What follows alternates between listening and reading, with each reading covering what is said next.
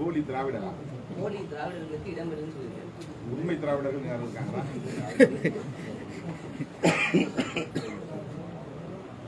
கருத்து சொல்ல ஒன்றும் சார், 2 நாளா நீங்க அழைப்பு கொடுத்த ஒரு விஷயம், அதிமுகவும் பங்கேற்கலாம் அப்படின்ற விஷயம், பல்வேறு யூகங்கள், பல்வேறு அரசியல் கட்சி தலைவர்களோட பேட்டி எல்லாம் பார்த்தீங்கன்னா கூட்டணி வரைக்கும் கொண்டு போய் நிறுத்திட்டாங்க. எல்லாத்துக்கும் பதில் சொல்ற மாதிரி ஒரு கருத்து, உங்களோட பதில் என்ன சார்? நான் முதல்ல சொல்லிட்டேன், இதை வந்து தேர்தல் அரசியலோடு கூட்டணி அரசியலோடு முடிச்சு போட வேண்டாம். அப்படி முடிச்சு போட்டா இதனுடைய நோக்கம், இந்த நோக்கத்தில் உள்ள தூய்மை களங்கமாகிறது. நாங்கள் இது வந்து உண்மையிலேயே மதுவை ஒழிக்கக்கூடிய அனைத்து ஜனநாயக சக்திகளையும் ஒருங்கிணைக்க விரும்புகிறோம். மதுவை ஒழிக்க வேண்டும் என்று உடன்பாடு உள்ள கட்சிகள் என்று இந்த பட்டியலை நான் சொன்னேன். திமுகவுக்கும் உடன்பாடு உண்டு, அதிமுகவுக்கும் உடன்பாடு உண்டு, இடதுசாரிகளுக்கும் உடன்பாடு உண்டு. எல்லோரும் ஒரே மேடையில் இருக்க வேண்டிய ஒரு பிரச்சனை இது. அப்போ பத்திரிகையாளர்கள் கேட்டாங்க, அதிமுகவும் பங்கேற்கலாம். மதுவை ஒழிக்கிறதுக்காக என் கை போகக்கூடாது அதிமுகவோட?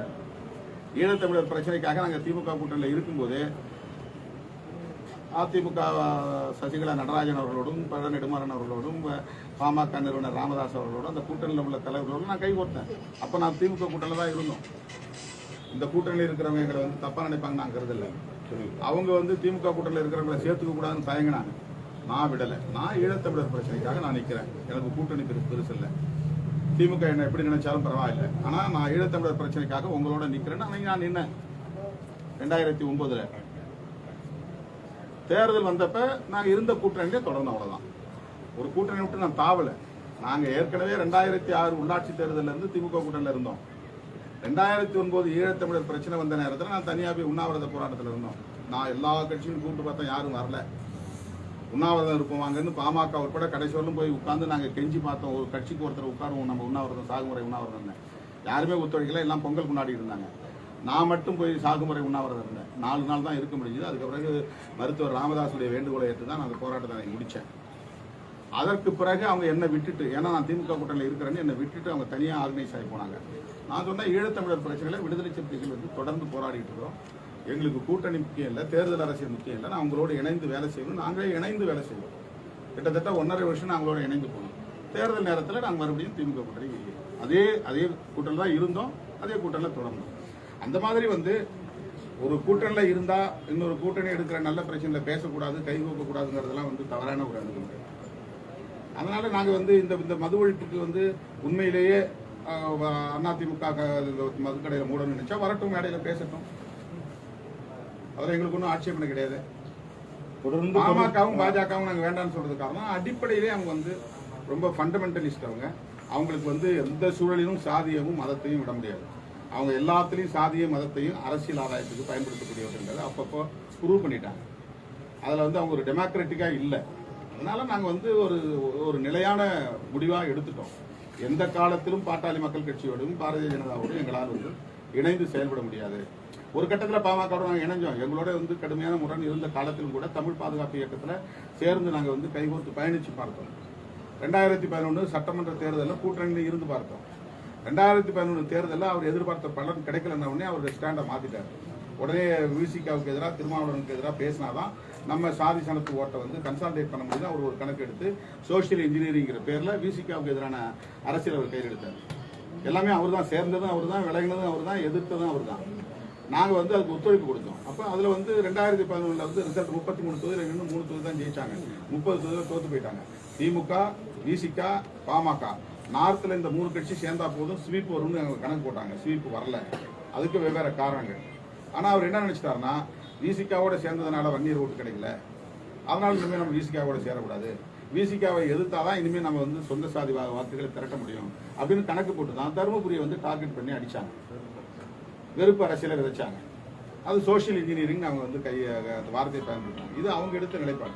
அதற்கு பிறகு நாங்கள் ஒரு முடிவு எடுத்தோம். அதுக்கு பிறகு தான் நாங்கள் எடுத்தோம். சேரக்கூடாதுன்னா இல்லை. நாங்கள் முதல்ல முரண் இருந்தாலும் கூட தமிழ் பாதுகாப்பு இயக்கத்துக்காக காசி அனந்தன் ஐயா, வீரசந்தான ஐயா, கவிஞர் அறிவுமதி அண்ணன் இவங்கெல்லாம் சேர்ந்து நம்மலாம் ஒன்றா சேரணும் தம்பி, சாதியெல்லாம் மறந்துடும். நாங்கள் உடனே கை கொடுத்தோம். எல்லாத்தையும் மறந்துட்டு கை கொடுத்தோம். நாங்கள் ஒத்துழைப்பு கொடுத்தோம். நாங்கள் வந்து பல விஷயங்கள்லாம் விட்டுட்டு அரசியலுக்காக கை கொடுத்தோம். நம்ம சேர வேண்டிய தேவை இருக்குது தமிழுக்காக, தமிழர்களுக்காக, ஈழத்தமிழர்களுக்காக. ஆனால் அவர் டக்குன்னு அடுத்து எலெக்ஷன் வந்தவொடனே எல்லாத்தையும் தூக்கி போட்டு வேற ஸ்டாண்ட் எடுத்துட்டார். இப்போ பாட்டாளி மக்கள் கட்சி, பாரதிய ஜனதா கட்சி இது தொடர்பாக நாங்கள் எடுத்த முடிவில் எந்த காலத்திலும் எந்த சமரசமும் செய்து கொள்ள மாட்டோம். மற்ற யார் இந்த பிரச்சனைக்காக வந்தாலும் இது இந்த பிரச்சனைக்கான ஒரு ஒருங்கிணைவு அப்படிதான் நாங்கள் பார்க்குறோம். இப்போ இதை தேர்தலை பார்க்கலன்னு சொல்றீங்க. இப்போ அந்த அவரும் வந்து மது ஒழிப்புக்கான பல்வேறு கட்ட போராட்டங்கள் பாமக சார்பில் உங்களை மாதிரி ஒரு நிலைப்பாடோட அதான் நான் சொல்லிட்டேன், இவ்வளவு விளக்கம் சொல்லிட்டேன்ல. இப்போ அவங்களை அழைப்பு விடுப்பீங்க. இவ்வளவு விளக்கம் சொல்லிட்டேன். நாங்கள் ஒரு முடிவு எடுத்துட்டா அந்த முடிவுல இருந்து அதில் நாங்கள் மாற மாட்டோம். பாமக பாஜக தொடர்பான முடிவில் எந்த காலத்திலும் எந்த சூழலிலும் காம்ப்ரமைஸ் கிடையாது. ஏன்னா அந்த அளவுக்கு நாங்கள் அதோடு சேர்ந்து பயணித்து பாட்டாளி மக்கள் கட்சியோட எங்களுக்கு ஒரு பட்டறிவு கிடைச்சிருச்சு. அவங்க வந்து ஃபண்டமெண்டல் காஸ்ட் ஃபோர்ஸுங்கிறது தெரிஞ்சிருச்சு. அதனால அங்கே நாங்கள் சேர முடியும். நடிகர் விஜய் கட்சி ஆரம்பிக்கிறார், அவருக்கான ஒரு அழைப்பு விடுப்பீங்க. இது நல்ல கேள்வி. நேற்று யாரும் கேட்கல, நீங்க கேட்டுருக்கிறீங்க.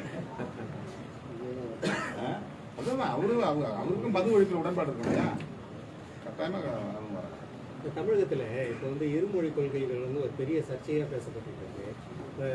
இது வரைக்குமே வந்து இருமொழி கொள்கைக்கு எதிராக வந்து மத்திய அரசு வந்து பல்வேறு கருத்துக்களை தெரிவித்த நிலையில் இப்போ தமிழகத்தில் பள்ளி கல்வித்துறை வந்து படு பாதாளத்தில் போயிட்டு இருக்கு. நிறைய விஷயங்களை நீங்களும் ஆய்வு போதெல்லாம் பார்த்துருக்கீங்க. சுகாதாரம் கிடையாது, மக்களுக்கு வந்து மாணவர்களுக்கு ஆசிரியர்களுக்கு பாதுகாப்பு கிடையாது, இந்த பணியிடங்கள் நிரப்பப்படாமல் இருக்குது. இந்த நிலையில் வந்து இன்னைக்கு மத்திய உயர்கல்வித்துறை அமைச்சர் வந்து தமிழகத்தில் வந்து பள்ளிக்கல்வித்துறையும் உயர்கல்வித்துறையும் வந்து சிறப்பாக செயல்படுது அப்படின்னு ஒரு கருத்தை பதிவு பண்ணுறாரு. நீங்கள் எப்படி பார்க்குறீங்க? தர்மேந்திர பிரதான் என்ன சொல்லியிருக்காரு? தமிழகத்தில் வந்து சிறந்து விளங்குது, கல்வித்துறை சிறந்து விளங்குதுன்னு ஒரு கருத்து சொல்லியிருக்காரு. நீங்கள் சரியாக செயல்படுன்னு சொன்னீங்களா முதல்ல? ஆமாம் சார், கல்வித்துறை சீரழிச்சு போயிருந்தான்னு சொன்னீங்க. ஆமாம் சார், அவரு வந்து கருத்து சொல்லியிருக்காரு சார். அதை நீங்கள் எப்படி பார்க்குறீங்க? இப்போ எப்படி இருக்கு தமிழகத்தில் பள்ளி கல்வித்துறையும் உயர்கல்வித்துறையும் எப்படி இருக்கு? ஏன்னா இது வரைக்குமே இருமொழி கொள்கையில எதிர்ப்பா வந்து ஒரு கருத்துக்களை பதிவிட்டு இருந்த அதே வந்து மத்திய மந்திரி இன்னைக்கு வந்து தமிழகத்துல வந்து கல்வித்துறை வந்து சிறந்து விளங்குதுன்னு ஒரு கருத்தை பதிவிட்டார். இதை நீங்க எப்படி பார்க்க? திமுகவுடைய கொள்கை பகைவர்களே பாராட்டுகிறார்கள் என்றால் சிறப்பாக இருக்கிறது தான் அர்த்தம். கொள்கை எதிரிகள் தான் பாஜக. திமுகவினுடைய கொள்கை எதிரிகளே திமுக அரசின் நிர்வாகத்தை, ஆட்சி நிர்வாகத்தை, பள்ளி கல்வித்துறை, உயர்கல்வித்துறை நிர்வாகத்தை பாராட்டுகிறார்கள் என்றால் சிறப்பாக இருக்கிறது என்றுதான்